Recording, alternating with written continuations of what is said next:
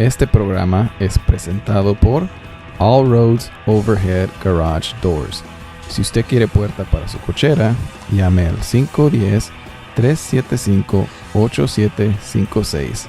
All Roads Overhead Garage Doors.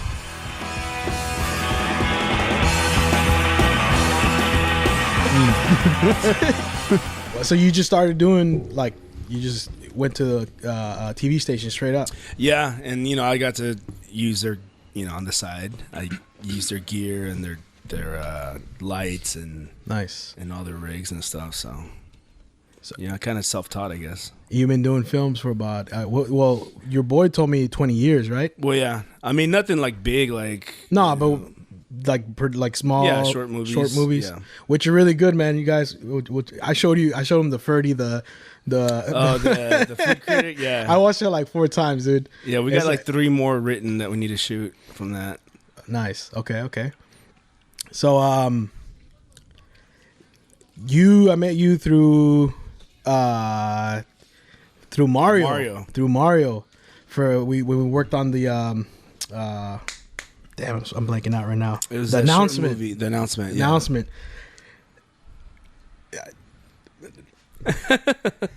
Well, no. Huh?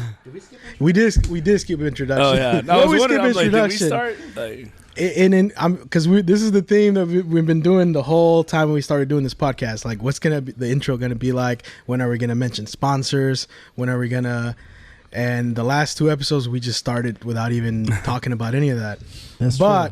The intro, I want to formally introduce the guest on the voice party, Mr. Jesus Cruz. Introduce yourself. I am Mr. Jesus LG Cruz. LG. Mr. Don't work for shit.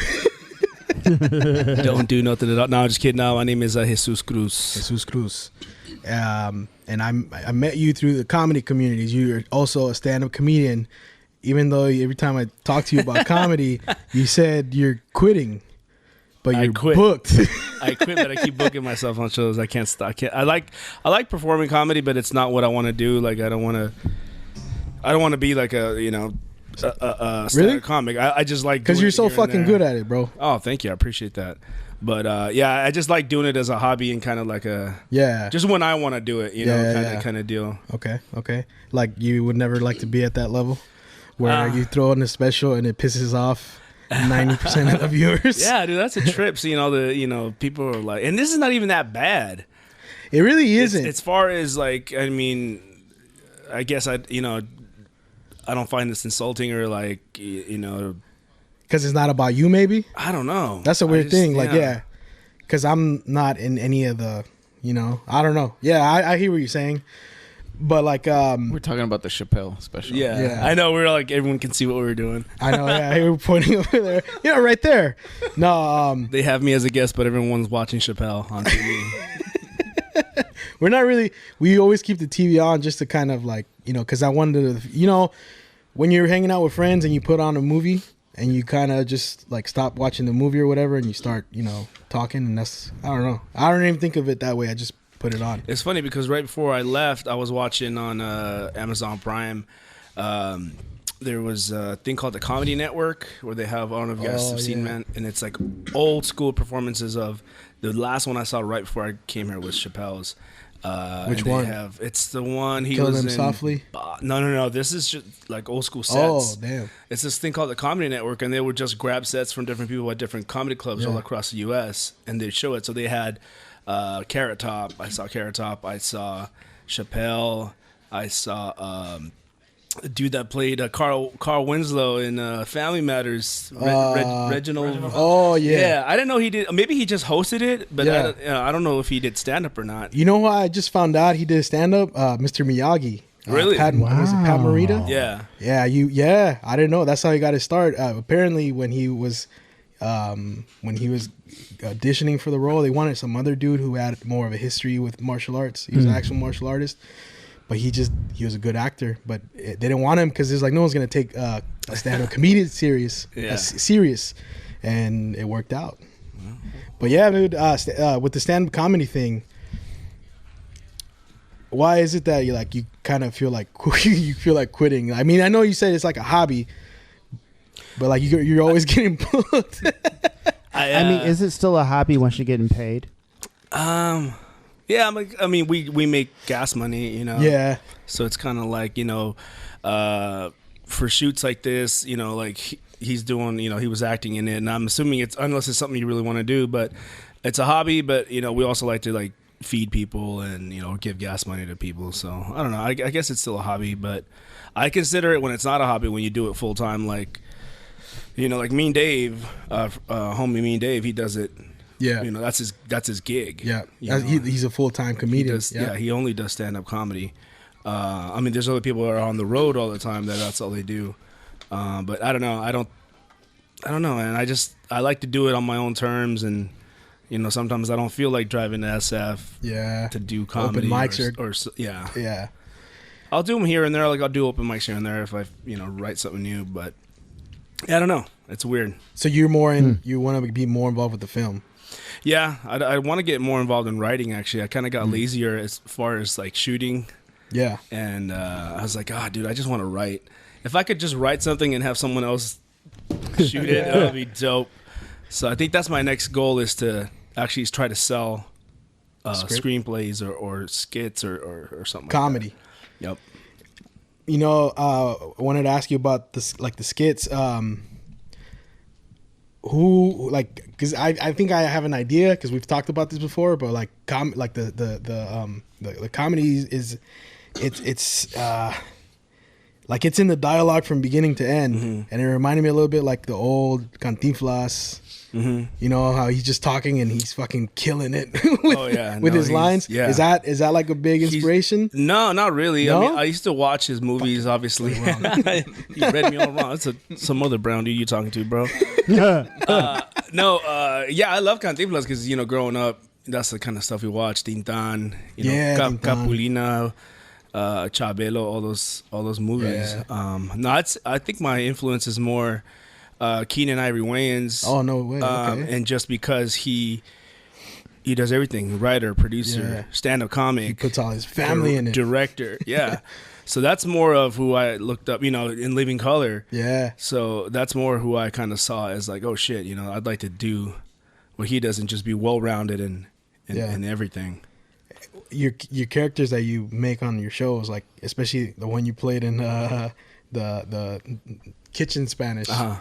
Is that like someone inspired by like a family member? Because I have an uncle, and I hope one day maybe I'll introduce him to you. Yeah. Exact same fucking way of talking. He's like like he's Spanish. Yeah, can't understand so it's shit. so fast that the character was written with the guy that Matt my homeboy, the director, and he also co-wrote it with me.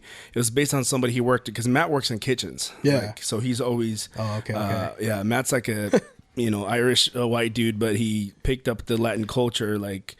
And he always they found squirrels in the pozole. He always talks about this dude he worked with. They can't fucking understand him. Yeah. So that was the point of that character in the movie Kitchen Spanish. That this guy, even if you speak Spanish, you don't understand what the fuck he's saying in Spanish. Yeah, I remember the scene with Rudy with how are you gonna get a fish tank that big? Yeah. It's like, tell me about your hopes and dreams. Oh, I wish somebody would understand me. Oh, but how are you gonna get a fish? Yeah, so they can't understand what the fuck he's saying. Right. Nice, man. And another thing we talked about the other day, because we just shot something yesterday, is you actually worked with one of I've been watching him since I remember watching his stuff when I believe it was in Comedy Central, Edwin San Juan. Yeah, you performed with him. Yeah, that's dope, dude. Because I remember the first couple of times watching stand up on TV where I really piqued my interest was well, of course, Fluffy, Fluffy and Chris Rock. Mm-hmm. And then I remember watching the Edwin San Juan. Mm-hmm. And there was, I didn't know a lot of Filipinos back then. Like, damn, these Asians are hella paisa. That was my first thought. And I saw his special. Yeah. And I kind of like, not that I was like, oh, I could do that, but I was like, I would like to maybe one day do that. And you actually perform with him. Yeah. No, that was cool. That was a hookup through Chris Storin, a buddy of mine. When I moved to Las Vegas, he's like, hey, well, Edwin's out there. Let me hit him up, see if. And I was new, dude. I was like 5-6 months into doing stand-up. Dang. And how long ago? You said 4 years ago? This was in 2014. 2014? Yeah. Wow, okay. And anybody got a calculator? No, I'm just I think it's like 14 or 5 years 15. ago. I want to say 2014. And so Edwin came. We were he came to see me, or he came to an open mic with I don't think Chris was there. Aiko Tanaka was there. Okay. And he's like, all right, dude, let's get together a couple times. We'll work on your material. And then one night he told me, because he does a show at Planet Hollywood. It's called is it the V Theater? Yeah, inside Planet Hollywood. And he goes, hey, dude, this Sunday, I'll give you a spot on the show. Nice. And I'm like, God, dope. I was so excited. But my dumbass that night, I had some friends that came from the Bay Area, and we were partying it up. And I was like, I kept looking at my phone. I still got time. I'll sober up. I'll be good. Well, fuck no, dude. I wasn't. I showed up drunk as fuck. I had like shorts on and a t-shirt, and Edwin already knew. And he goes, dude, you gonna be all right? I'm like, yeah, bro. Fuck yeah, dude. I'll be funny, right? And he's like, all right. All right. And my first shot that he gave me, I fucking bombed, dude. Like, I'm talking about a minute in my set, I forgot what the hell I was talking about. Jesus. And so it was just silence and all these, and casino shows, that's a big venue, especially in venue. Well, it's not huge, but it's like the mix of people. It's like, right. It's awesome because, they're all tourists from everywhere. So your comedy has to be inclusive to a lot of, people that live out of state and stuff like that. But I just boom bombed, and he let me have it afterwards. But I kept going back. I kept learning, and then eventually he comes up to me and he goes, hey, are you drunk? I'm like, nope.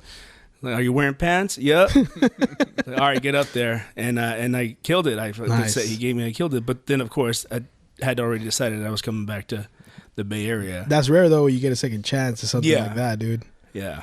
No, he was good people. So that's one of the worst experiences you've had bombing. Oh, fuck yeah. That was the worst. Oh, yeah. Fuck. Yeah. That's a big stage to be on. Yeah. The only other time I went up fucked up, I did do it once after that. It was at Brainwash at the open mic that they do. And it was horrible. Someone recorded a DVD of it, and I watched it. I'm like, what the fuck am I talking about? I was talking about Shaquille O'Neal, and I have no jokes about Shaquille O'Neal. That's what you'll be remembered for. I know, right? That sucks. That's I just dead eyes up there like talking. It's funny you mentioned that because I've had really horrible sets drunk.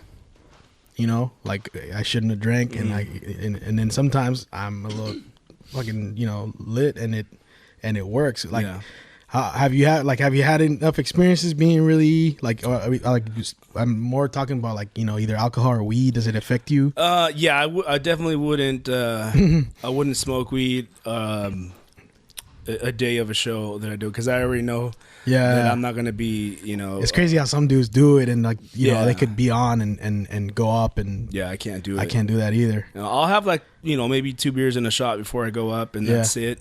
Not anymore though, right? Like you don't need. Like I've seen you perform, and I don't know what you did before you got there, but it's not because of nerves or anything. But it's more of I'm always social. I'm always drinking socially, so it's like loosen you up a bit. So if I'm waiting for my turn, I'll drink like a Bud Light and a shot of Jack or something. But then even that, for me, sometimes it messes my memory with jokes. Because, when you're nervous, even though you do some jokes for the same time, it messes you up and it throws off your rhythm. And I noticed when you told me that, because I didn't notice that. I remember we did Me and Dave's show, and I was just like taking him back because I was so nervous, and it really fucked me up. But weed, that's a whole different thing, man. Like I think my first time ever being high on stage, so it was actually with Butch. We were driving to San Jose, and on the way there, I think he sparked like 2 or 3 blunts. And I was driving, and I got so high that I felt like I couldn't move my foot from the gas to the brake. Wow. And he was just telling me a story. He's like, yeah. So I'm gonna tell you. And I was like, oh yeah. I felt like he was right here in my face. I don't even want to look over. Yeah. When I got to we were actually just doing open mics. We went to go do Woodham's.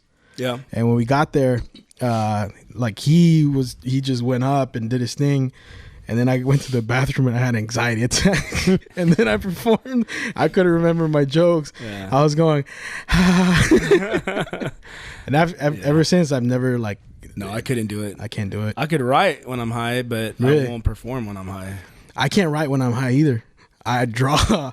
I'll start writing and then I'll just start doodling stuff and like, like the little ring kid. Start doing stuff like that. What like right now you just started the Running Chef Productions page, right? Mm-hmm. Yeah. I remember you told me the story yesterday. Why is it called Running Chef? Because of Matt? We change production names like every other 5 months, just because like, oh, now we're gonna be called this, or we work with somebody else. Like I know I worked on a show with Mario and Victor and Rudy and them, and it's gonna be called the Shove Productions. That's our thing now. What?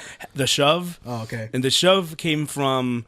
There's a scene where Rudy pats down Victor to make sure he's not having any weapons, and Rudy fucking shoves Victor, and Victor knocks over this fire extinguisher, so it makes this sound, and we just kept calling the Shove. Everyone do the Shove, do the Shove. And so we hashtagged it like that, and then it's like, we never did anything again.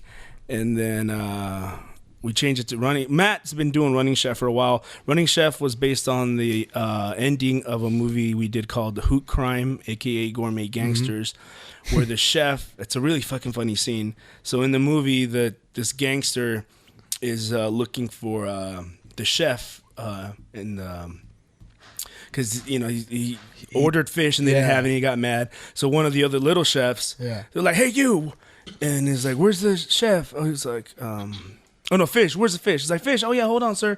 And he's like, here, hold this. And the guy holds the tray, and the fucking little ass chef takes off, dude. It's so funny because this guy's literally really short, and he just like took off. He's and he running kept out the street, running. So after the movie was done, we still showed him running down the street, and that was it looked cool, like a logo for a production company. So that's why we call it Running Chef. Nice. What I like about the films too is like Mario plays that wingman character, and he knows his other character Goyo that he plays. Oh yeah, yeah. So it's all like you kind of creating a little universe. Yeah, Nice. for sure.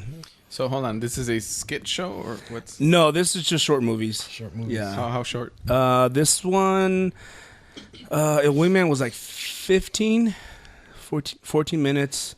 Hoot Crime was like 20 minutes. Kitchen Spanish was about 15, 18. Right now I'm trying to write more of 2 to 3 page skits because I feel like I could probably get some work somewhere just writing like shorter format type stuff.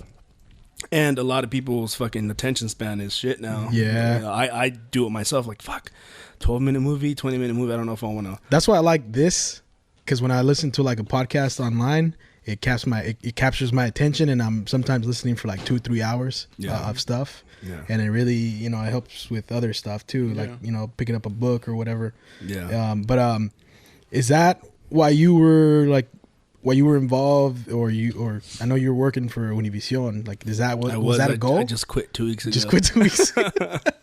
Was that a goal? What were you doing? I was, well, since I've been, like I said, I've been to run production for a long time, so they hired me. I actually worked for Telemundo too, and I quit. Oh shit! But I was going to be their news director for the 2 newscasts at 6 p.m. and 11 p.m. But when they brought me in, they had me training in this whole other department that I don't like. For 20 years, I avoided doing this. It's called Master Control, and basically you're in charge of the times when breaks air. Okay. So when the Toyota commercial, you have to put it at this time, and don't put 2 rival car commercials back to back. So I'm like, I don't want to do scheduling and having to do math and having to, and that stuff. So I really didn't like that, and I called my old job and was like, hey, you guys still have my position open? Yeah. They're like, yeah, but you better hurry up. I'm like, all right, I'll quit right now. Yeah. So they weren't happy with me because Univision, it was the second time that they hired me. The first time they hired me, I said yes, but LinkedIn, where I'm going to end up working tomorrow again, called me the same day. Yeah. So I, even already signed Univision that I said yes, I told them, oh, you know what, never mind, sorry, they offered me another job over here. And so they came back at me again 6 months later because they knew that, my resume, I knew how to do all the stuff that they want me to do.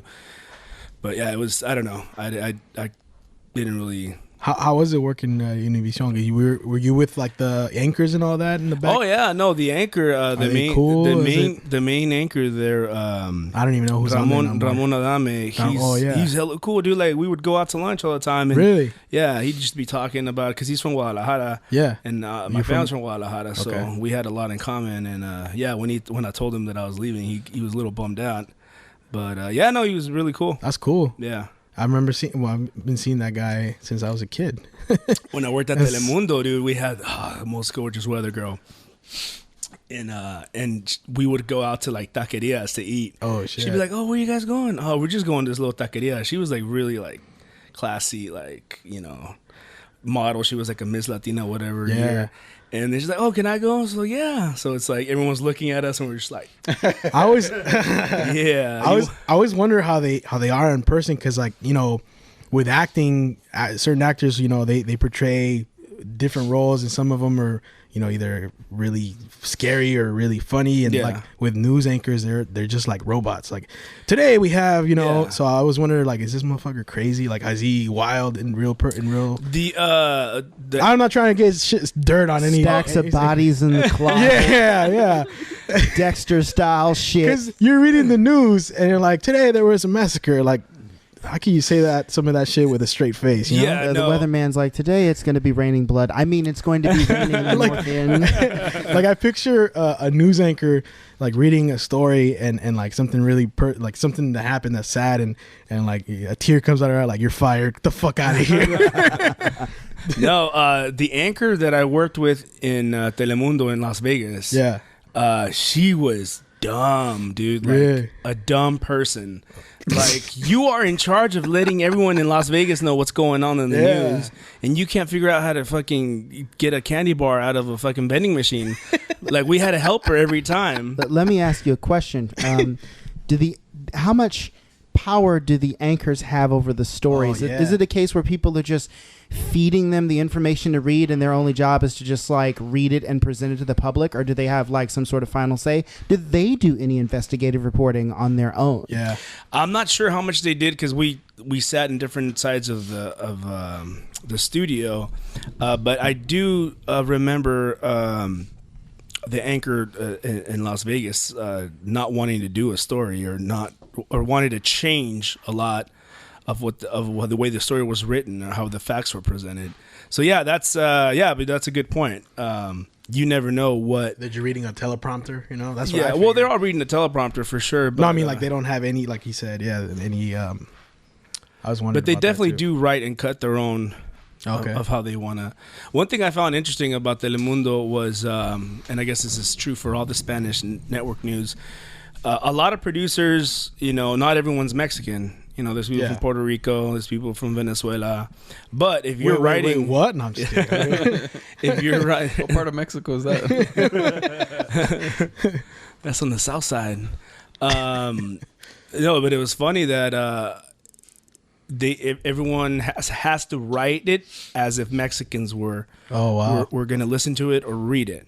So if there was any slang from like Puerto Rico or anywhere else, you can't use it. A lot of people doing voiceovers, they had the Puerto Rico, el acento Puerto Rico. Yeah. They're like, you have to say your R's, like they would tell them. Like, so they would have to, and I would help them edit a lot of time their voiceover. So we had to get rid of every L sound and Puerto Rico. So I thought that was interesting. Like they want the news to sound like the language to sound Mexican. Yeah. Not like yeah. Because that's their biggest. I'm sure their biggest. Fuck the other Spanish speaking countries. Yeah, pretty much. Fuck all Dude, you motherfuckers. They're racist as fuck. Yeah, dude, that's horrible. I didn't know that about. Yeah. I mean, it makes sense because I'll never get hired in news again. Fuck vosotros. Get that vosotros shit out of here. Yeah, no sotros up in here, bitch. Exactly. Like, no, that was a thing in my Spanish class. Like when I was a kid, they taught us no sotros, right? And then when I took Spanish week 3 as a senior, we had this like Spaniard, this dude from Spain, come as a teacher. His name was Mr. Ibarra. Shout out to him.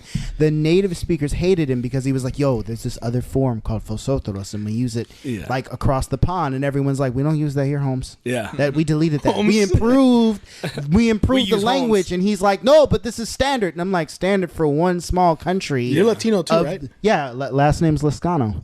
So yeah, word up. I mean, granted, it's Castilian. It's technically over from Spain. What's your? Because I forgot you mentioned it once. You're Mexican. Like my dad's grandfather was from Spain, and like his grandmother was from Mexico.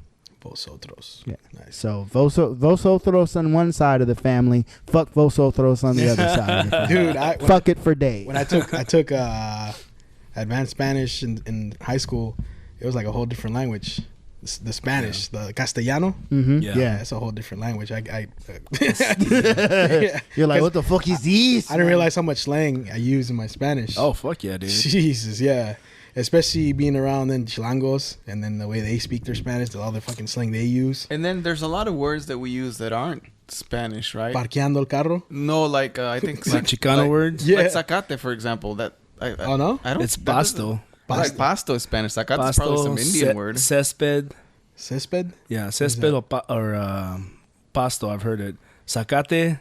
I've only heard it here. It's got to be an Indian word, right? Cause there's isn't the Spanish spoken in Mexico and other parts of Central South America like sprinkled with like Mayan and Aztec languages too? Every different area in Mexico has their like in Sinaloa they speak it way different than Michoacan, and then Mexico City has their own code words that they use.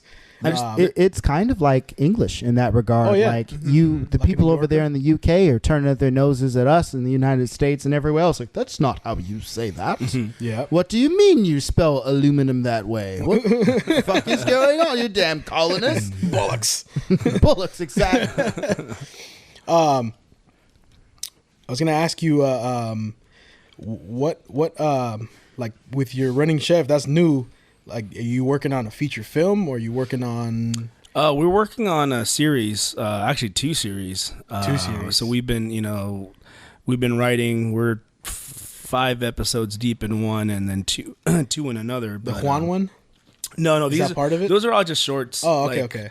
Like 2-3 minutes ones, just to get sometimes you forget. I'm horrible at social media unless it's my own selfies and shit. Yeah. But as far as promoting, I figure if we do maybe a couple 2 minute, 3 minutes every month,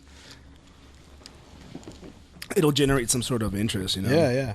I don't know. It's hard now. I mean, let me ask you guys as comics. Do you think it's harder now that it's easier for someone to go viral on a quick little 5-10 second video than actually putting work into writing something funny? Or I've never gone viral, so I can't even answer that. Yeah, I never took that into account. Yeah, I don't know. I mean, I think the people that went viral like early on are the ones that kind of stuck around. I don't know. I mean, I think it's harder to go viral now because a lot of people are trying to go viral. Competition is a beast. Competition's a beast, man. Yeah. And there's like legit production companies involved in YouTube and all that now because they see the potential. Yeah, exactly. Yeah. So I don't envy people that go viral. Like, good for them. Yeah, but, good for them. Yeah. I feel like if anything I ever did went viral, like it went viral because it's whatever reason it went viral is out of my control. And like to duplicate that, to do it again, I'd rather just like work on something that maybe has a small audience, but it's consistent. Yeah. I mean, for me, I hear. I'm not that relatable to begin with, so yeah. You're a weird guy. Yeah, relatable. It's pretty relatable anywhere. But as far as I don't know if any of my comedy will ever go viral. Yeah. I don't know. I never even thought about that. I mean, that's not. I just want to get booked. That's all I really care. And with the show, I'm trying to get booked so I can tell them no. Yeah, I know. That would be and then they see me doing a show the next week, like, what the fuck? That would be nice to get to that level. Exactly, being able to turn down who you want. Oh my God. Or too busy to turn stuff down. That'd be nice too. So, Jesus, how often do you do stand-up? Oh shit, maybe twice a month. Wow, okay, twice a month. Once or twice a month. And that's enough for you to get booked. Yeah.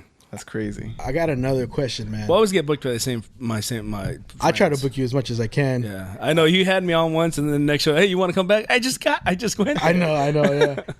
I know I did one with you. Yeah. First one. The first one. Mm-hmm. Yeah. Was that your very first one? That was my first one since like the 3-year break I had with doing my own producing my own shows. Yeah, hella comics, dude. It looked like that was pretty big, when we man. took a picture, dude. We looked like the fucking Sgt. Pepper's album cover. For like, I used to book even more before that, like on one, and then Storin talked to me. He's like, and then you talked to me too. Like, you gotta cut it down to 90 minutes. 90 minutes is the key. But before I didn't care, like, hey, you want to come on? Like, it's fucking party. Like, everybody come here. Get a set. We are the world. We are fucking Avengers of comedy, Yeah, he even had Dan Aykroyd for some reason. Who just showed up. Yeah, no. I'm always very mindful about that. I really hate long comedy shows. Yeah. But I also really hate really long wrestling shows. And really? And I'm interested in both, but I'm like, honestly, like, in wrestling, a 2-hour show is more than enough. Like, that's cool. But there's other companies out here that do it for like 3 hours. WWE, well, WrestleMania is its own thing, but it's like, dude, I can't fucking sit here for 3 hours and and watch shit. I never even paid attention to how long wrestling shows go. It depends. I was gonna talk about this with Evan because I stopped watching wrestling, like WWE, because I used to love. I followed it all during the Attitude Era. Mm-hmm. I don't know why this turned me off to wrestling when Chris Benoit thing happened, and it wasn't even like it. Like, family. That shit was. I don't know. That's heartbreaking, man. It was. Like, I'm just gonna say this now, and it's probably gonna have a lot of people raise their eyebrows listening. But before Chris Benoit did what he did, he was one of my top 5 dead or alive wrestlers because I like the technical guys. What I mean? I like because they made it look real. You know what I mean? They made it look like I had to work to earn their space. He was a scary dude. Him, Dean Malenko, Chris Jericho, Perry Saturn, Eddie Guerrero, I had to throw the little accent in there. Guerrero. Those were my guys, man. Yeah. And so to hear him fall so harshly, I'm glad that less people are doing the headbutts now because apparently that brain damage was a huge cause of his. The first rumors are the roid rage. They studied his brain, right? Really? Yeah, they cut it open and they're like, it's the same it's as like mush. Was an 80-year-old man or something like that. I want to say it was another wrestler that did it, that used to wrestle and who did the test or whatever. I forget his name now. A wrestler? Yes. Yeah. I believe so. Nowinski. I think he's the one that did it. I'm pretty sure. I kind of remember that being a thing. That was a scary story, man. Like that whole thing. Yeah. That's fucking. Because he hit, like, I was watching that he hit up Chavo Guerrero right after he did that. The more they leaked out little by little, it was like more crazy. That's scary, dude. Yeah. Because first it was just him, and then you're like, oh, yeah, by the way, the wife and the kid. Yeah. I didn't hear that he hit up Chavo. Yeah. What did he say to Chavo? I'll send you the link. What did he say to Chavo after killing his family? Something about the dogs are in the cage and like. He was crazy at that point. He had already they determined at that point he had already killed the family, and then he talked about it on the Chris Jericho's podcast. That is so sad. Yeah, and it's crazy, dude. But have you heard like the fan theory that Kevin Sullivan? Yeah, I've heard about that. I want to believe that just because I love Chris Benoit so much. And I want him to be to go out there. I was just like, yeah, Kevin did it. Conspiracy. You've been hating on Chris for a while. He took his wife, right? You know what I'm saying? Yeah. He took his wife. Yeah. So. I don't know. You got the motivation. You know what I'm saying? Probably the means. Dudes would do. He was very patient then. If he waited this long. Yeah. Hey, psychopaths, man. I'm gonna wait till he has a kid. And he's on top of the world with his wrestling. Yeah. Because he was at that point, right? He was on top. Yeah, he was a champion. He was a champion. Chris Benoit has a son nobody talks about. Yeah. Spitting image of him. Yeah. I don't know if he's any good as his father, but looking like Chris Benoit is gonna be like. Not a good thing for your career. Yeah. Sad or to say. your dating life. Oh my gosh, no. Yeah. Like, I mean, actually, well, I mean, maybe the E or AEW would be like, we're introducing a real killer here, folks. Chris Benoit Jr. The rabid Wolverine has returned. The one that survived. It'd be like, You know, I'm gonna kill you in the ring. Like that'll be his whole like shtick. Hey, speaking of that, you ever thought of you? I know you about killing my family. No, Jesus Christ, no. Oh, you have a unique situation. If I do, hey JD, I can't do your show tonight. No, the dogs are out. The dogs are in the backyard. That's fucked up. No, I know you want to do a wrestling film, right? I have. Oh no, but I know you. Oh yeah. No, yeah. I actually want to do one in Spanish. I haven't done a lot in Spanish, if anything. I'm trying to think. But yeah, no, I want to write I want to do a documentary. I've been fucking trying to do this for a while. A lucha libre documentary, Mexican wrestling documentary here in the Bay Area because I was part of it. I was part of the scene that started in the Bay Area. So I have, all the resources. I have all the video archives. I have all the posters. I have all the stuff that we did. And I'm like, this is kind of interesting. I really want to, because it started out like, I was a fan of pro wrestling. Yeah. I moved here to Newark in 96, 97. The TV studio where I was learning how to, do production had wrestling. That's where Shane Cody's dad would do small little TV studio, and they would bring the ring. Mm-hmm. And I was like, oh shit, I like wrestling. I like lucha libre. So I was a cameraman. I was like 16, 17 years old. And then I got into it. Every month they would come in and I would do videos, and then I would do interviews with the wrestlers, and me and my buddy would have our own little public access TV show where we went to live shows. Nice. And I got to meet like Mankind. I got to meet Virgil. I got to meet, Val Venus, D'Lo Brown, like all these people. And eventually, I kept working with a lot of different wrestling companies in the Bay Area. And then one time this guy called me. This guy's from Pachuca, Mexico, and he goes, hey, I saw in Spanish, I saw that you have a flyer for a wrestling show. He's like, do you think I could come in and like train? He's like, I used to be a luchador in Mexico and da-da-da. So I'm like, yeah, come through. So I bring him into Hayward, and he starts training, and then he starts wrestling. Like he immigrated here from Mexico not knowing that he would ever do it again. He's kind of like, there's something that I used to do over there, but I don't see that happening here. And so I'm like, fuck, there's got to be way more guys than like this dude out here in the Bay Area. And sure enough, I posted a ad on this Mexican newspaper, and dude, I was getting calls from like people. Oh, dude, I used to wrestle in Guadalajara. Now I'm living here in Gilroy. Now I'm living here in Oakland, like day labor work and stuff like that. Yeah, like any kind of stuff. And then I used to be a doctor, man. You got any clinics? I know, right? Because I'm sure there's Well, they used to call me Dr. Maldad, but no, yeah. So I got this group started of like over 20 dudes that never thought that they were going to do it again. Yeah. They were just figuring. And some people hadn't done it in 20 years. Like some guys were a little up there in age, and they were like, oh my God, and they got their masks done. I got somebody to do all the masks and all the costumes and shit. And yeah, and we went at it for a couple of years, and then people kind of split off and do their own thing. And Illegal Wrestling Federation presents. Oh man, we could talk for days. That's why I'm glad you can. I know you're involved in the wrestling scene, and homeboys here used to do a lot of backyard wrestling, and they're involved with the wrestling world too.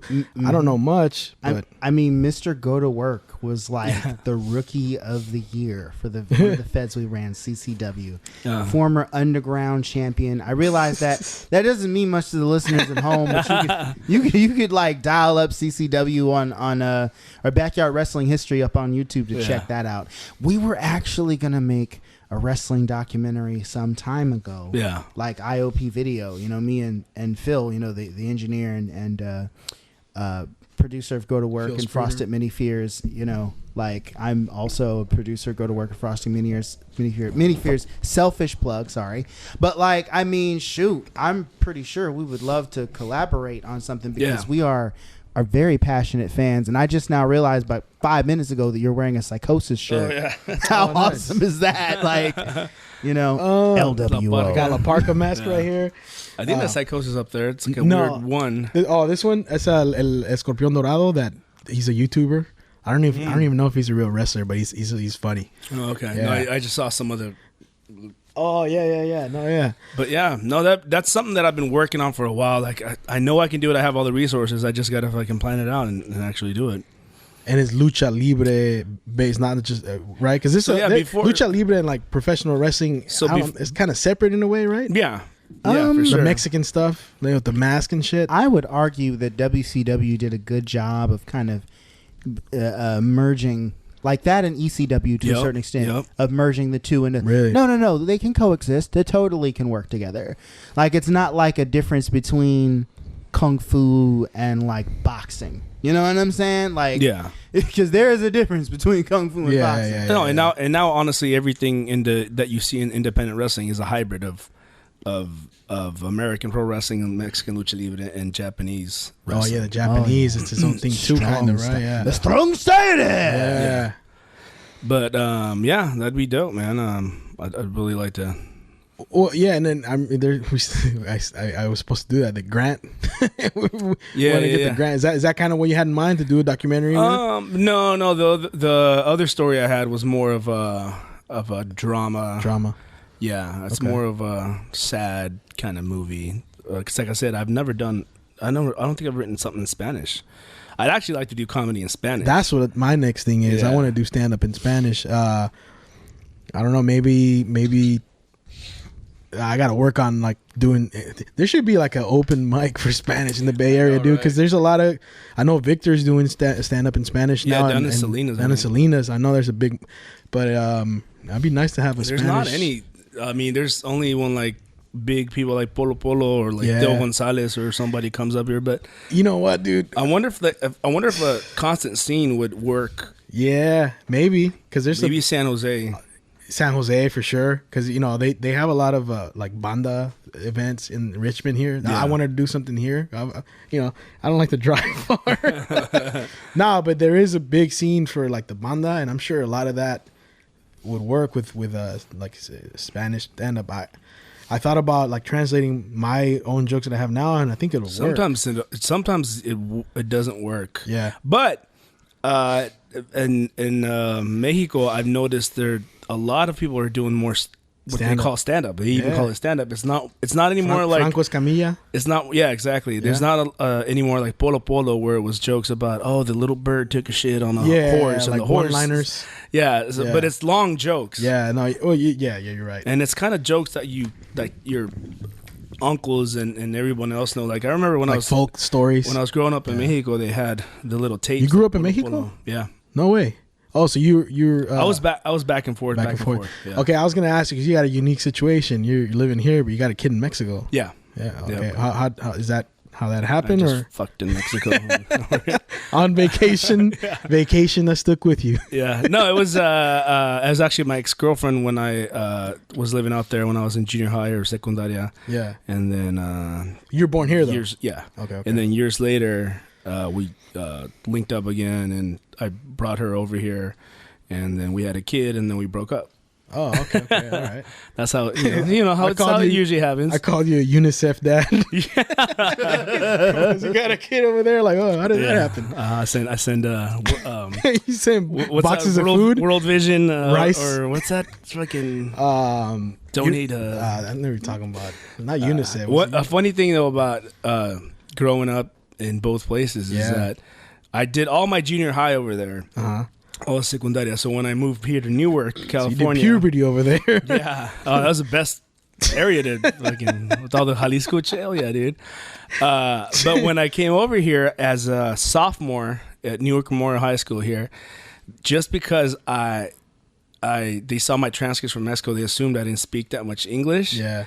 So they put me in like the ESL class, and I was like, fuck yeah, dude. Oh, yeah. Because it was like everyone else was reading like Catcher in the Rye, and we were like Cat in the Hat type shit, you know? So I was like, fuck yeah, dude. So I was hella acing those classes. No, Sam, I am. Yeah. I do not like green eggs and ham. Yeah. I do not like them with a box. I will not eat them with a fox. Real shit that fox can go fuck itself, Sam, I am. Like, I put it on an accent so you don't get moved. I know. No, they caught on eventually. Oh, yeah? Like, fuck. They will be this.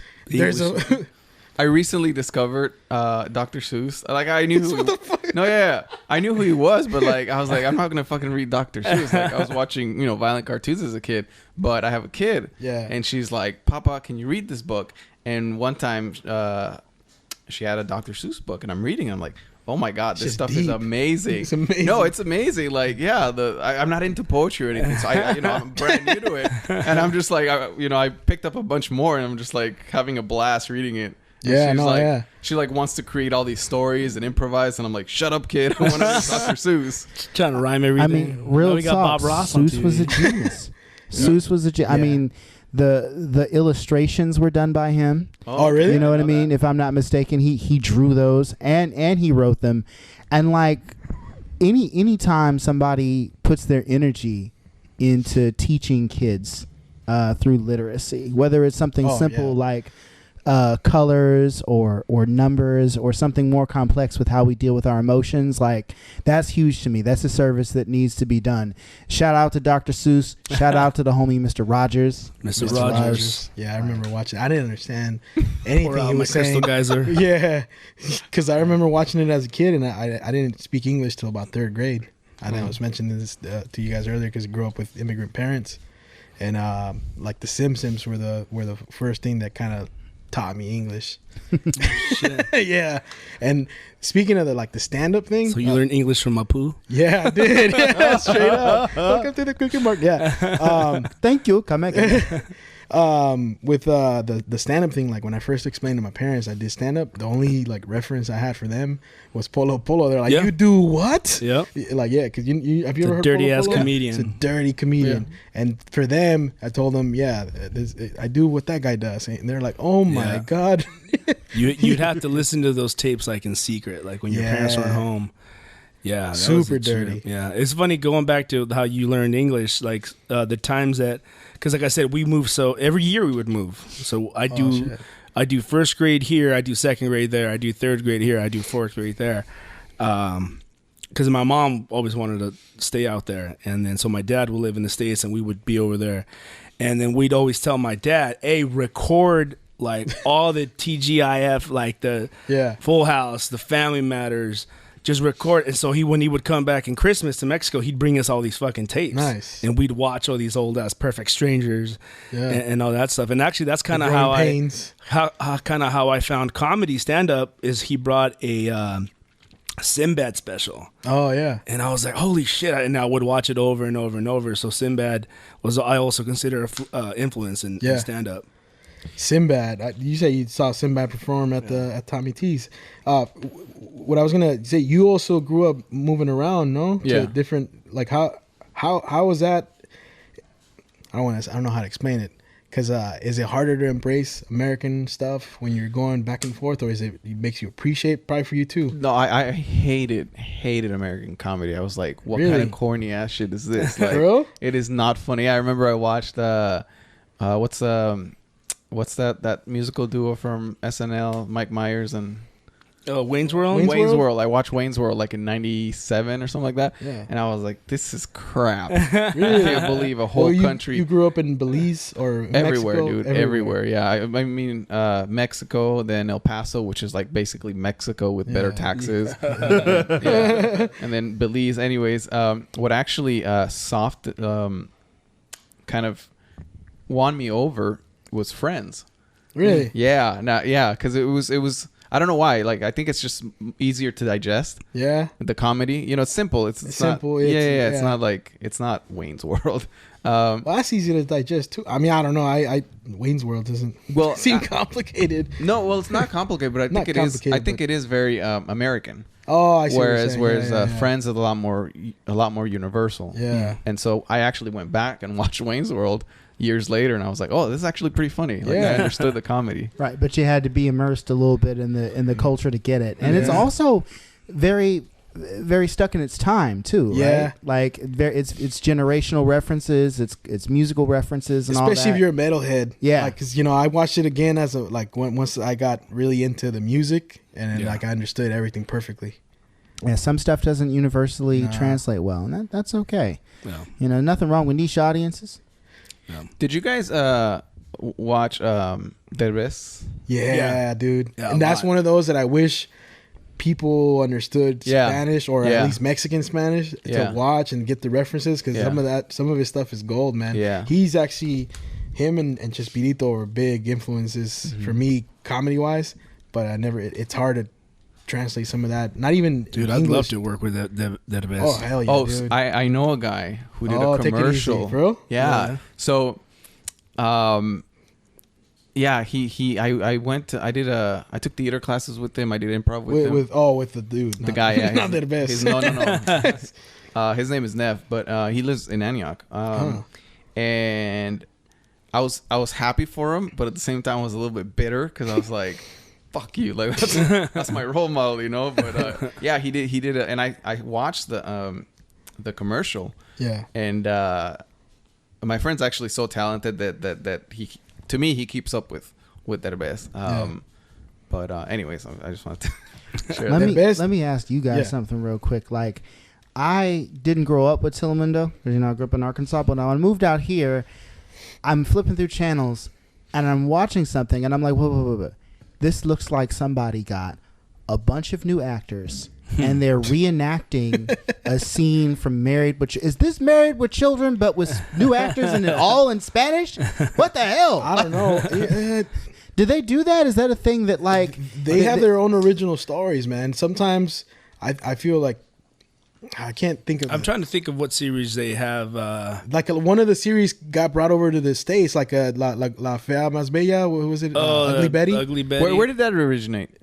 Colombia. I thought that was Colombia. Okay. Not Mexico, but like it went to Mexico. I want to say, didn't they recently do a Breaking Bad in Mexico? Well... I kind of want to think that's a thing. So this is like a common practice. They're doing alternate universe versions of like shows. I wouldn't say common. No. But it is done sometimes. You more what you'll see is just straight up dubbing. Yeah. Right. Yep. That's probably more common. I know Mexican audience has no problem with watching a dubbed show. I fucking hate it, dude. Really? It's always the same people too. Hola, ¿cómo está, Charlie? Especially cartoons. Yeah, I watch it with my kids a lot. Yeah. And I said kids. With my kid a lot. Like recently, he wanted to watch Wreck-It Ralph, like the second part of it. The second he only movie. speaks Spanish, right?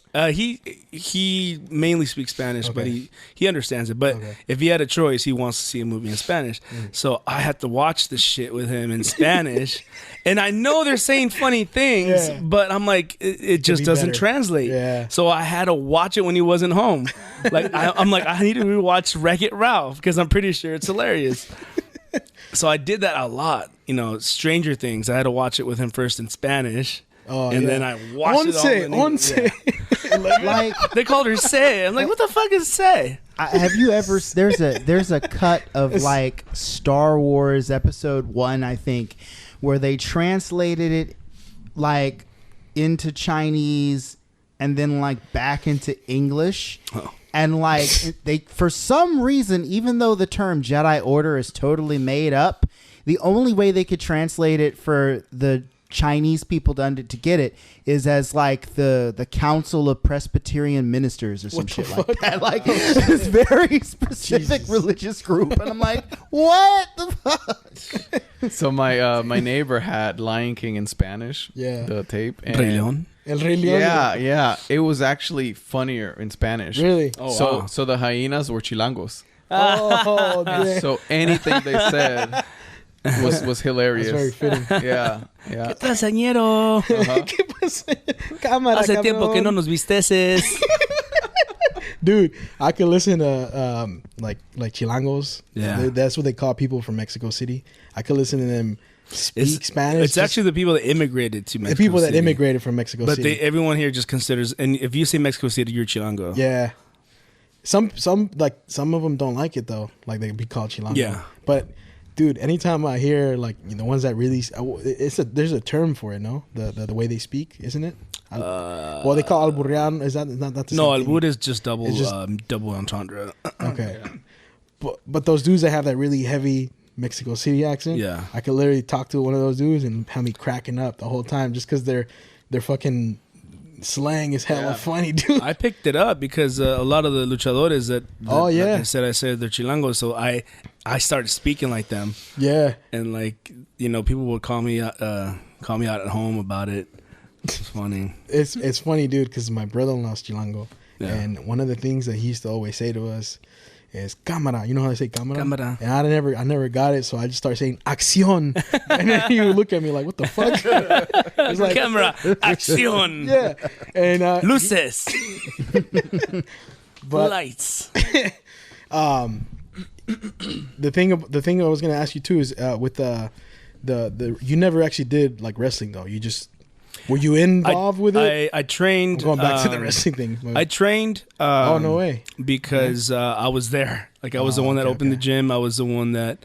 So I did train, but I never wanted to do it. I've been a manager before, especially to translate for the guys that didn't speak English. Okay. So I enjoyed being a part of it and have the crowd yell at you and that stuff. But as far as actually going in there now, and it's because I've never really been athletic and. You know, I didn't really want to work out like these guys were doing, and So there's like a theme here. You're good at stand up. You don't really want to do it.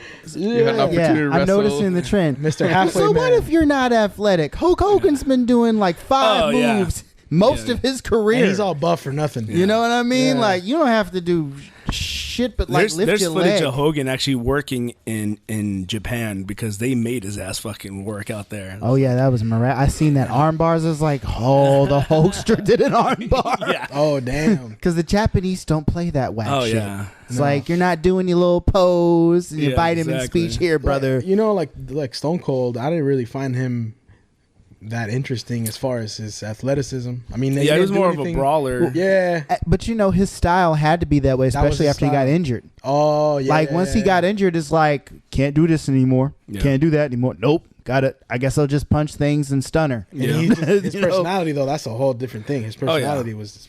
Oh yeah, no, Yeah. it definitely fits his personality. And you know what bothered me during the invasion storyline when they made him leader of the alliance? Yeah. Aside from the fact that it downplayed the strength of the alliance even more so than having the McMahons run it, my big thing was they should have majorly played up the fact that he was in ECW and WCW. They should have just taken their old footage and like played video packages and been like, Stone Cold has come home, right? Mm-hmm. That would have actually given him, I think, more credibility if they were going to go that route than what they did with the whole like, oh, he's just a WWF guy trading sides. No, I'm going back to my roots. Mm-hmm. I'm going back to where I started. See, I didn't even watch that. I didn't even. No.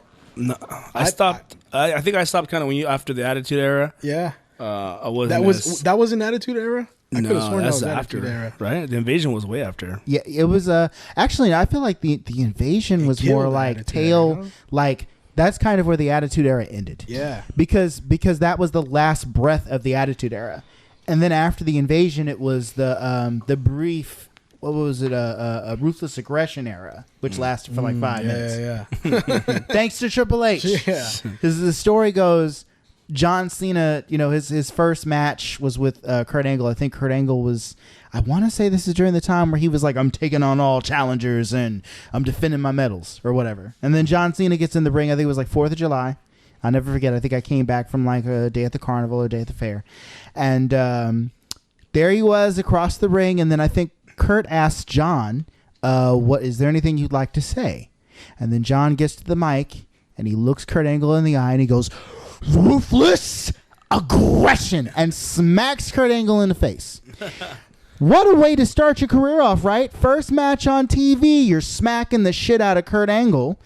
And then next thing you know, the plan was for him to do the same with Vince McMahon. Triple H, of course, the story goes, pulls Vince aside and goes, "I don't want to do that. I don't think you should do that, Vince. I think that would look bad." So they cut his whole momentum at that point. And then, like, they don't do anything with him for a few months, and they're like, you're rapping now. Which, thankfully is what spearheaded him. But there's this alternate universe thing. I hated that thing. The where rapping thing. You hated the rap? I thought it was corny, bro. I liked the rap. I found it very entertaining. I like the fact that he could... I'm not going to lie. You know, I'm a huge hip-hop fan, and I hate to admit it, but his album, like, he actually spits.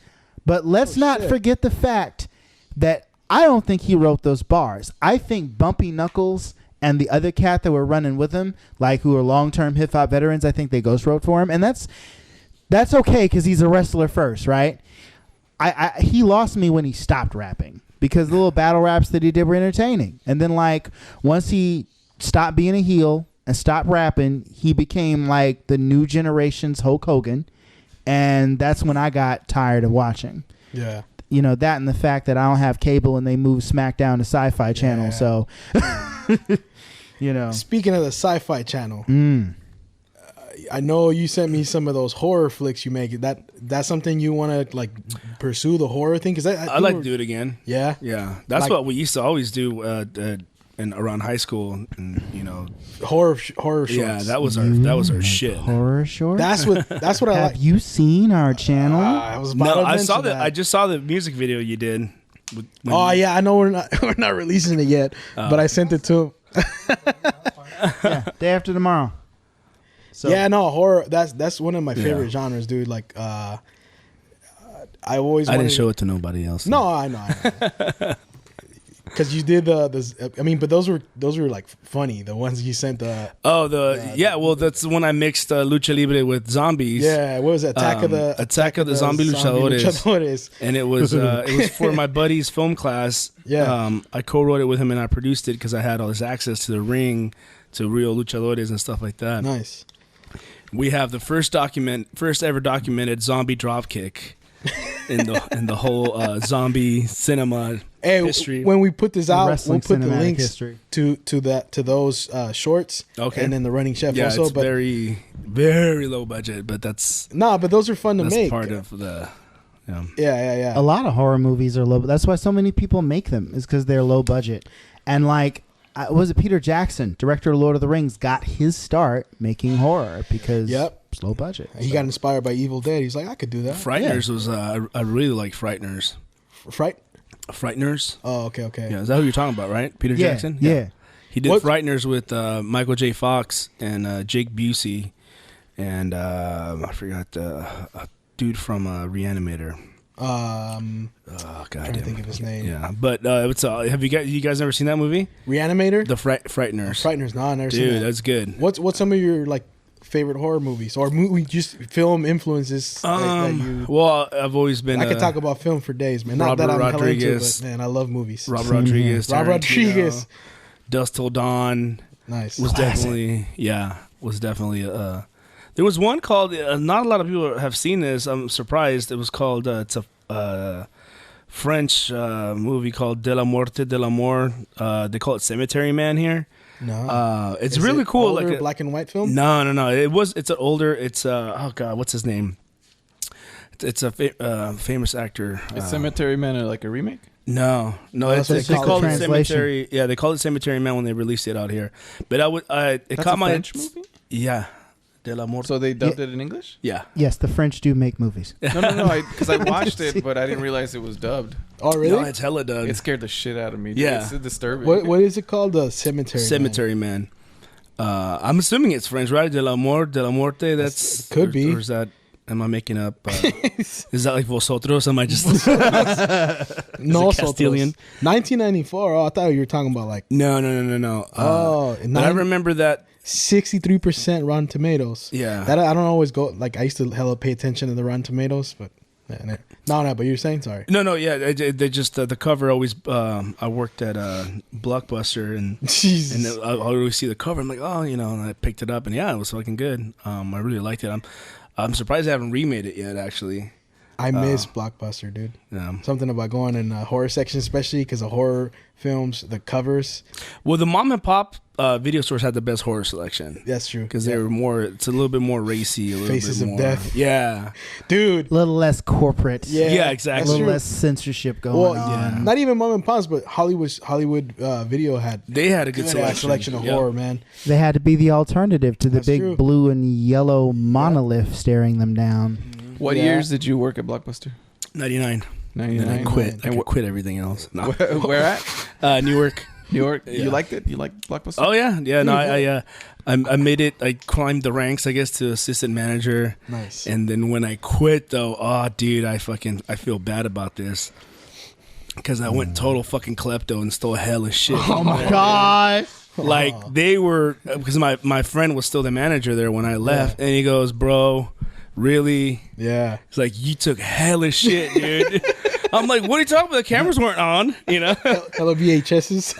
No, dude, I could say it now because it's been years. No, it was. They were just coming out. Yeah, they were just coming out. It was mainly VHS. That wasn't the fucking thing. I was taking Nintendo 64. Oh my god! I was taking VCRs. I was taking Sony PlayStation. Dude, there were no repercussions. Like they didn't call the dogs on you. Well, my buddy, like I said, he was warning me. He's like, dude, they're thinking about getting a private investigator on your ass. Jesus. He's like, just bring some of the shit back. And I'm like, all right. And the next day I show up with the garbage fucking like a black garbage bag full of shit. And they're like, and I ran. You left it like a child. Yeah. Like an abandoned child. I still have my Nintendo 64 and I still play it. Like I still have it hooked up on my TV. Nice. Thank you, Blockbuster.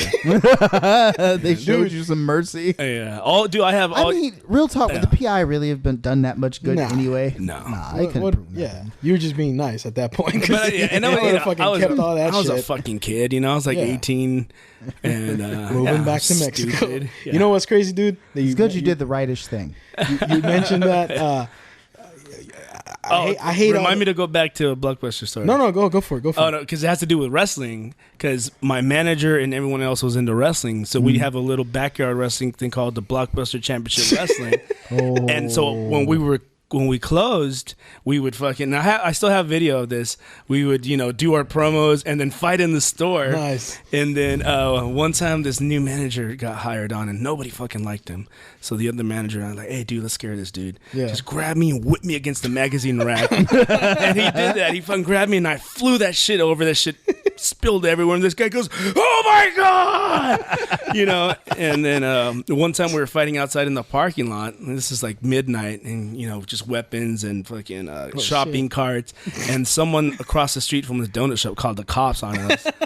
And so there was the camera could still caught when we were all like, they put us against the fucking thing. So it was us like right here, like they were getting searched and everything. And they were like, oh fuck, the camera's looking right at us, dude. We were right on the fucking Bugs Life poster and shit. It was hella funny. I worked there 2008. And which one? In Pinole, not the nice part of Pinole, but where all the shopping centers. It's like the beginning of the end right there. Yeah. And I hate it. And one night I'm just like, I want to go. We all wanted to go. JD home. has to go take a piss. Yeah. Yeah. Thanks. He wanted Feel to be free discreet. to use your imaginations at home, I guess. But yeah, that spot sucked. We just wanted to go home, and this guy comes and returns a VHS in 2008. Wow. Yeah. Damn. Well, he just put it in and left. Otherwise, yeah. Have you guys ever gotten porn? We've gotten porn like they put the wrong from the wrong Blockbuster. movie. Yep, they put the wrong movie in the fucking case. Yeah. I was gonna say I didn't know Blockbuster had. No. They had the softcore porn, like the Red Shoe Diaries. They didn't have it when I was there. No. They had Red Shoe Diaries. I know because I rented it. Yeah. It's David Duchovny.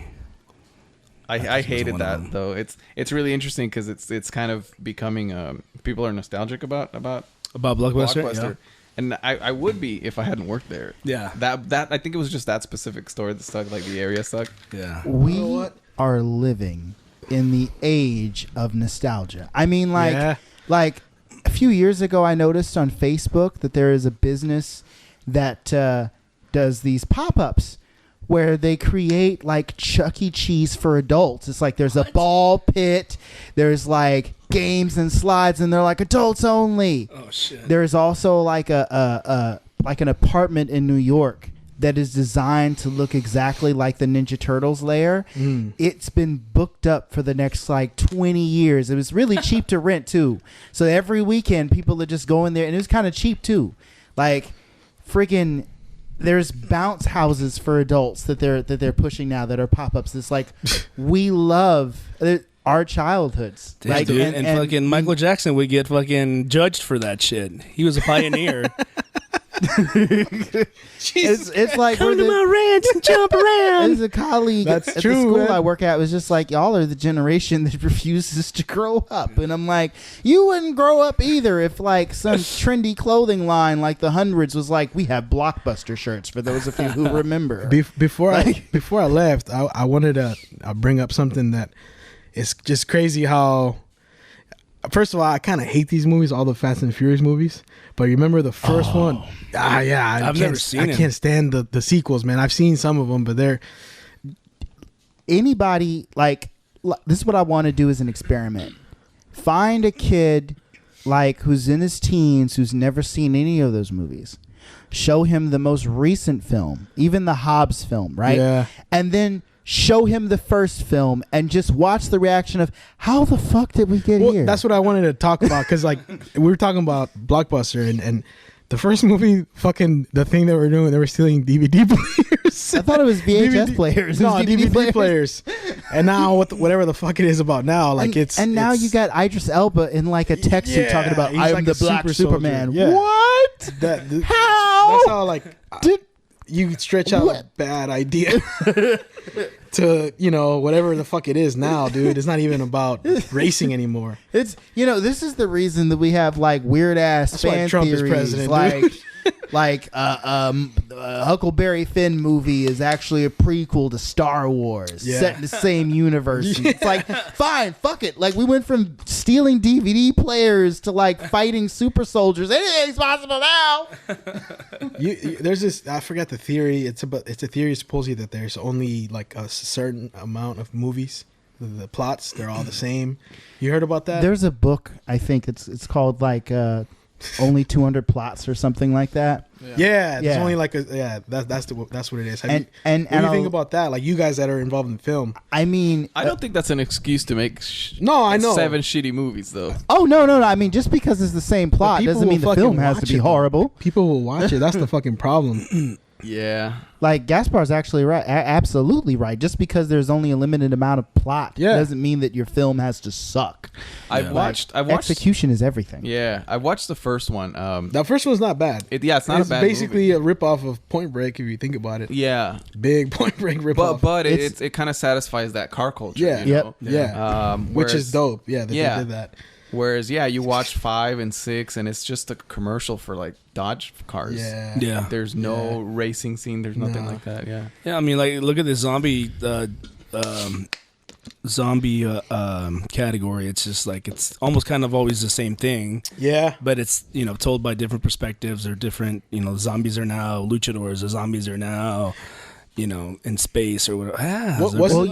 New movie that just came out. What's one of your favorite new movies? That goes for all of you guys. Because I really like new movies. We're always talking about old movies. When we talk about horror or whatever in general. Because like a new movie that came out that you really like. Because a lot of times I think we're going on nostalgia. You know, like you said. Yep. Well, I was gonna say I like the remake of It. Really? That was nostalgia right there. That was good. I'm really looking forward to the new one. The original novel was all about nostalgia. Because this is a novel written in the 70s reflecting on what it was like to be a kid in the 50s, right? Like, yeah, exactly. I really like Moonlight. Have you guys seen that? No. What is that? Yeah, it's a movie about this guy that grows up, I guess, in the hood, and it's three parts of his life. One when he's a little kid in Florida, right? I think so. Yeah, and he's raised or he's mentored by a drug dealer, and then the next part's when he's a teenager, and then the last part's when he's an adult. I don't know. I'm not good at describing it. It's hard to describe, but it's kind of a slow paced movie, and I don't know. I really liked it. I didn't see it, but I know it's produced by like my favorite indie film studio, A24. They tackle all kinds of genres, all kinds of stories, and like they're just good. It's really, really good shit. And like, what was it? That's the film where they were like, all right, and the winner is La La Land. Oh wait, there's been a mistake. Actually, the Oscar for best film of the year goes to Moonlight. I've never seen Moonlight. I liked it. I'm not familiar with like the dude's from the Bay Area, right? Miraj Ali. Yeah, he's gonna play Blade. What do you think about? Oh, that's right. Yeah. What do you think about the MCU? Like, you guys, are you guys big fans of like big old movies like that, especially as filmmakers? No, I like any of them. Am a huge MCU guy because I'm a comic book guy at heart. Yeah. And I don't necessarily like all blockbuster films. Like I'm a big fan of like smaller, slower paced films too. But like the MCU does this thing that attracts me to most fiction. They get characters right. Really? They actually, like, if you not just like translating the comic book characters correctly, but also like pacing out the characters' growth through a series of films. That is the only way to tell superhero fiction. Like, you know what I mean? Like Tony Stark's evolution from being an egotistical, selfish narcissist to giving himself to save the planet is a realistic progression from A to Z. His change from fuck the government being in my business to maybe we should have some oversight. Captain America's story is a little different. It's all about like, you know, Tony Stark is about a guy who likes to change in an unchanging world. And like Cap's story is about a guy who at his core refuses to change in a world that continues to change around him. Like, how important are those values? He adjusts he grows as a person. Like, he's no longer a yes man, but like he keeps to his core. And like, I think what you guys are getting as I'm talking right now is the importance isn't the boom, the bang, the explosions, but these are people that we're following in these stories, and they have real losses and they have real pain. It's a lot of fucking movies, so like I like them. Don't get me wrong, especially the big ones. But it's a lot of fucking movies. I really want to watch Avengers, but he hasn't seen any of them. I can't get through all the 7 that you have to watch this before. motherfucker to the movies. Have you seen the first Iron Man? You've never film? seen any of them at all? Why? You're just not a fan of big movies? I'm like not that? a fan of. I'm not a comic book fan. The only ones that I do watch are Batman.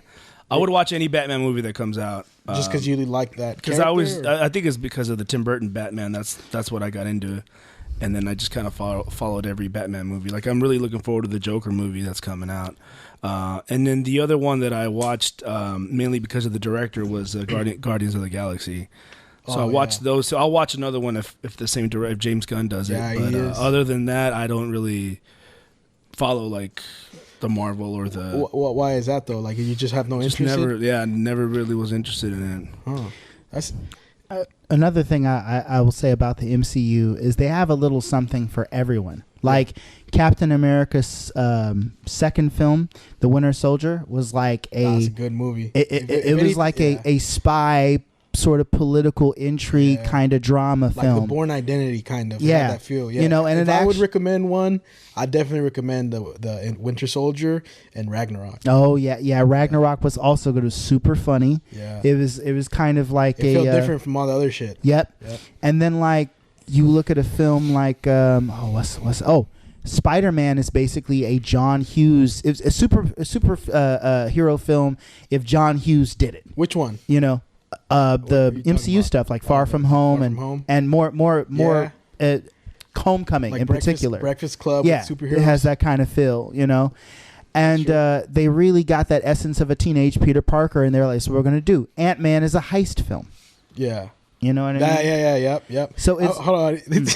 every time I look back at the TV, the first it was the Chappelle special, and then Bob Ross. Now it's fucking Pee Wee Herman. This motherfucker's giggling like a motherfucker. He knows all of it. He's seen it. He doesn't need to hear. He's like creepy. This fucking guy used to scare the shit out of me as a kid, dude. He was just so creepy and like looked like a doll. Looked like what's his name? Slappy from Goosebumps. Goosebumps, little dummy. But a living version. I think it was cool that he was like in their group used to be kind of tight knit. Like he was in Cheech and Chong's movies and who? Paul Rubens. Oh, he was? Yeah. Which one? He was the bellhop dude or the hotel. In the first one or what? Because I haven't seen a full Cheech the and second Chong. I know one. that's he was in the second one. And it's crazy because when I met Cheech Marin, I was like, I'm a big fan of your work. But like, I haven't seen a full one though, dog. Sorry. I didn't say that, but Yeah. Speaking of that, you ever met someone famous or that you admired and they're fucking dicks? I think I was the dick to the person. Who? I didn't really admire him. This is kind of a fucked up story. And I used to work. I briefly worked like doing TSA work, screener at SFO, and Ernie Hudson came in through my lane. And You're the a first dick to Ernie fucking Hudson? thing, I was the first one that told you, hey, can you put your shoes and put everything. I love that guy. The first fucking thing out of my fucking mouth was like, hey, you're the black guy from Busters. You're the one no one cares about. And he just kind of like gave me the okay, and just I'm like, oh, He probably gets that a lot though. Yeah. Like, you're the black dude from and then people catch themselves. well, Jesus. that happened to me. So I think in that situation, it was a role reversal. So he was nice. I'll believe Oh, anything yeah, as long like- as it pays. That guy He just gave me kind of like, all right. Some people you could just tell he looks like a super nice guy. Yeah. No, we had a lot of people that went through the night. Liam Neeson was a dick. Really? Yeah. How was that? He was just very rude and just told us to hurry up and all this shit. What were you doing? TSA? Yeah. Oh, that's Huey Lewis is cool as fuck. Huey Lewis. I remember marking the fuck out for Violent J of Insane Clown Posse. Marking? Like, really, like, oh shit. Oh, like, yeah. to me, he was, because, I used to You were a juggalo? I was a juggalo. How did you feel about the Slim Shady disses?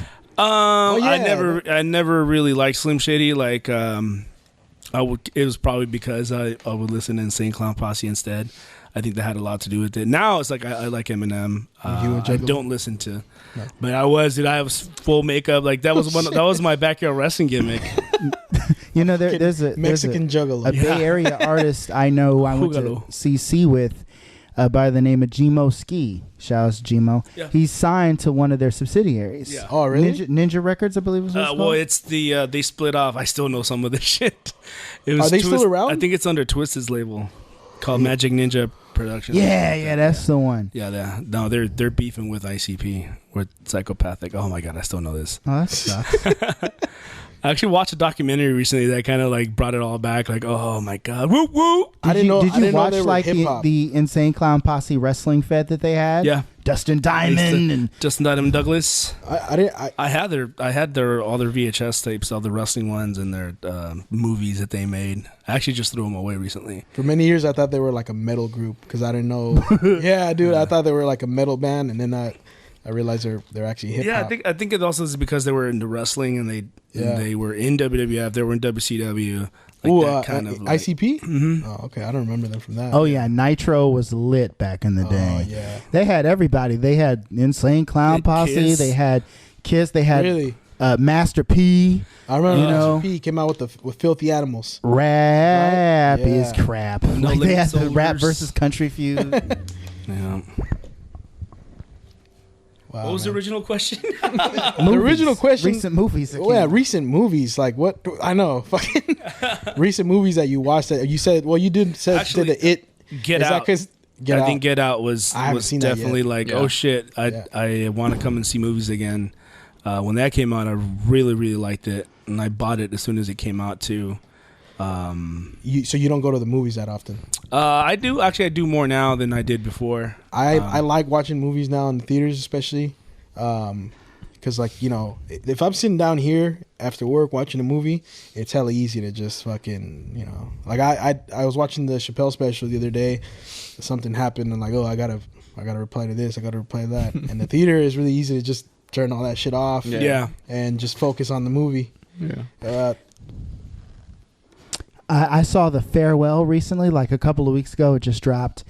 And Farewell, what is that? I watched a lot of indie and a lot of foreign films too, and it's essentially about, and this is the tagline, it's based on an actual lie. So this is the setup. This Asian American director-writer decided to make a film about her own experience, and the grandmother of the family, who still lives in China, she gets diagnosed with cancer. Mm-hmm.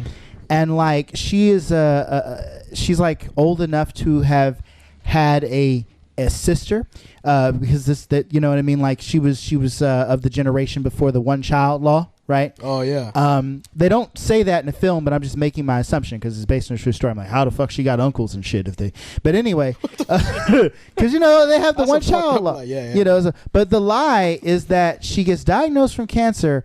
And the practice in China, apparently, according to this film, is that the doctors will tell your family members, your spouse, your son, your daughter, whoever, and they won't necessarily tell you first. So then the family will keep it a secret from you because they feel like the person does better if they don't know, like it's a psychological thing. So the main character is told that her grandma has cancer and the family is going to go from the United States back to China to throw a fake wedding so they can see grandma one last time, but don't tell her. And the main character's all like, that's stupid. You should tell her. She has the right to know.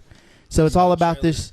And their whole like, well, the thing about the East culture is that we believe in what's good for the whole, not just what's good for the individual. So we're deciding for your grandmother that it's right for her not to know. And over here in the West, it's all about individuality. Of course, she's got to know. She has to be the one to decide what to do with it. Yeah. So it's a very interesting, like, dissection of cultures there. Yeah, I do remember seeing the trailer for that one. For the what's it called again? The Farewell. The Farewell. And where did you watch this? Like at a small theater? The Shattuck, the landmark Shattuck Theater. Yeah, that's why I like going to that, because you see some shit that you've never. I never heard about that. I first. So are there any? There's anime fans here, right? Yeah, Gaspar, are you into you're anime? big on anime. No, I never caught on either. He says he doesn't, but you go to cons. You go to a con, dude. You already know. Down. But the first time I went to that theater was in high school, and like one of my closest friends was like, "Hey, you ever heard of Ghost in the Shell?" And I was like, "No." Well, Ghost in the Shell 2's out. We should go see it. All right, it's going to be really good. So we went to this theater in I'm like, oh, okay, this is a small hole in the wall theater. All right. And then like, wait, there's seasonings for the popcorn. Like I had ranch seasoning on my popcorn for the first time ever. I'm a huge popcorn fan, by the way. Refillable large sodas and snacks. I'm down. So we're going in there. And I'm watching Ghost in the Shell 2, and it's one of the most beautiful pieces of animation I've ever seen. I was also whacked out by some of the philosophical speeches in there about what is life and everything. This is my first exposure, not to anime, but to Ghost in the Shell. And I'm like, this shit is so deep. And there's also some really nice action in here. They got some really deep stuff. Jeez, man. Like, so, but yeah, and there's a chain of them. You know what I mean? You got the California, which is actually right across the street from there. Oh, yep. There's one out in Piedmont. There's one in San Francisco. Me and the producer had gone to see, what's the name of that film? Dear White People. Oh, at the one in Frisco. Yeah. Very funny, very excellent satire on race relations. The other one I want to watch, I heard a lot of stuff about, is The Last Black Man in San Francisco. I saw that. Yeah. Like when it came out, it was also very good. Okay. Real talk. It's all about how, like, you know, the things we can attach ourselves, the material stuff, shouldn't really define us. Okay. You know what I mean? And how people put too much stock in that, and the real value is you.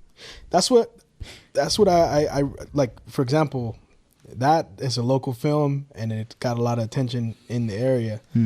I would like to be involved with a project like that, man. Like they showed it in San Francisco, right? Yep. That's where you went to see it? Well, no, I saw that one, The Last Black Man in San Francisco in Berkeley, but it was showing at all the landmark theaters all over. So, and it was definitely filmed out here in Frisco. Yeah, yeah. And like, I don't know how anybody here familiar with the show called Martin, right?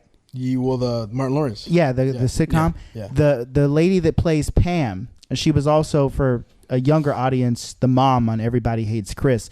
She plays the aunt of one of the main characters in the main character in the film, actually. So she's got a nice little role in there. Yes. Also, Danny Glover is in the film too. Well, he's from the city. You know, yeah. So naturally, he had to make his way over there. And for those of you who are familiar with the MCU and might have had some Netflix experience, the dude that plays Turk, who's in all of the Netflix shows, he plays like a gun runner that gets the short end of the stick every time, shows up as the main character's dad. So you have a lot of interesting talent in that little indie film. This motherfucker's making it hard for me to like. No, she's making it hard for us. I know. Watching Pee Wee Herman. What's going on here? Dude, that fucking. Making bread. Yeah, dude, that fucking dumbbell fucking gag was awesome. Yeah. So what? She's the neighbor? I don't know. Oh, okay. This is. I didn't know this was a show. I thought it was only the movie. I used to think it was a show. Yeah, there's a show. You know, Lawrence Fishburne was. Yeah, he was. I remember. Member. Yeah. You know who else was in it that I always thought was kind of weird or kind of funny was a guy named Tito Larriva was in it as I think his name is Manny. I think he has like a soccer jersey or something that comes out here. But he's a lead singer of a band called Tito and Tarantula, which I fucking love, and they're the ones that played in Dust Till Dawn when Salma Hayek's dancing with the snake. So they're I remember that. He's band. the lead singer of that band, and he was also in Born in East LA.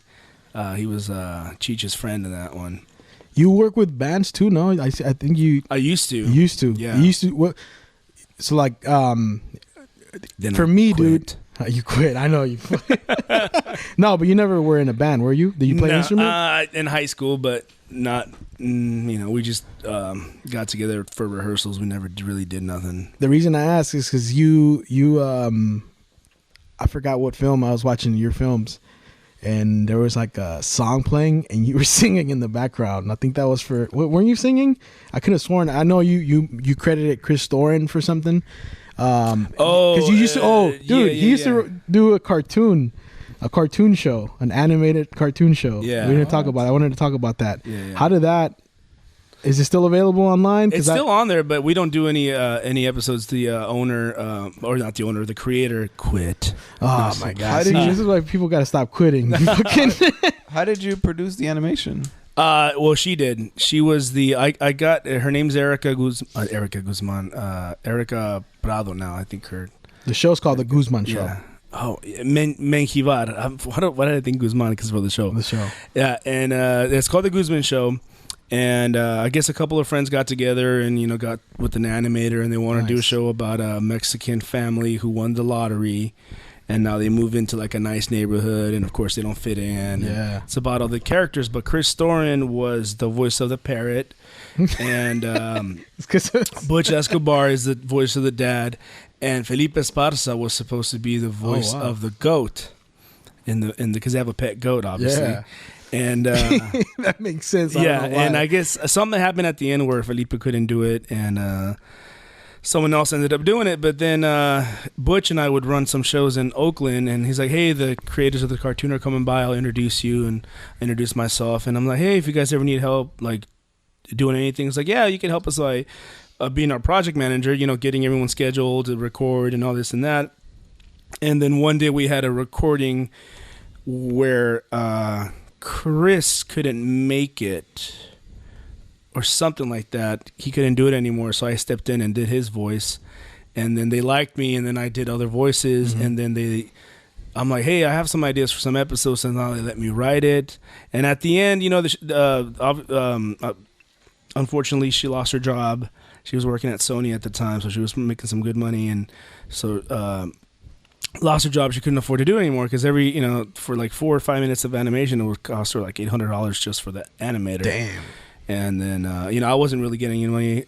She was paying us at first, but it was fun. It was just fun, especially at the end, because I ended up doing everything. Like the guy did the animation, I recorded all the voices, and I edited all the stuff together. And I've never done that before. It's like, oh shit, but this is kind of cool.